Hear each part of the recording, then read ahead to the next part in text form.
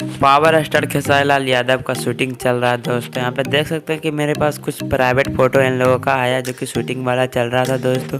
और इसी बीच बात करें तो ये राजस्थानी कुछ सीन दिखाया जा रहा है दोस्तों, जो कि संघर्ष मूवी 2 का जो कि कुछ सॉन्ग है जिसका शूटिंग किया जा रहा है दोस्तों। ये राजस्थान में हुआ था जो शूटिंग का वीडियो आया दोस्तों।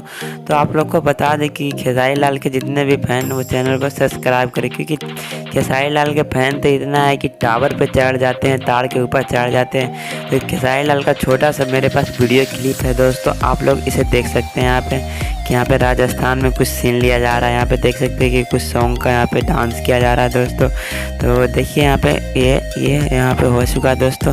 तो ये देख सकते हैं कि यहाँ पे शूटिंग कर लिया जा रहा है दोस्तों। और इसी बीच बात करें तो संघर्ष 2 मूवी का ये सॉन्ग बेहद ही सबसे महंगा सॉन्ग होने वाला है, क्योंकि खेसारी लाल का मूवी संघर्ष 2 का शूटिंग होने गया है दोस्तों लंदन में, जो कि कुछ बाकी था वही शूटिंग होने गया है दोस्तों। तो ये जानकारी आप लोगों को कैसा लगा कमेंट में जरूर बताएं दोस्तों। इसी तरह के रिलेटेड वीडियो पाने के लिए चैनल को सब्सक्राइब करें दोस्तों। मिलते हैं नेक्स्ट वीडियो में।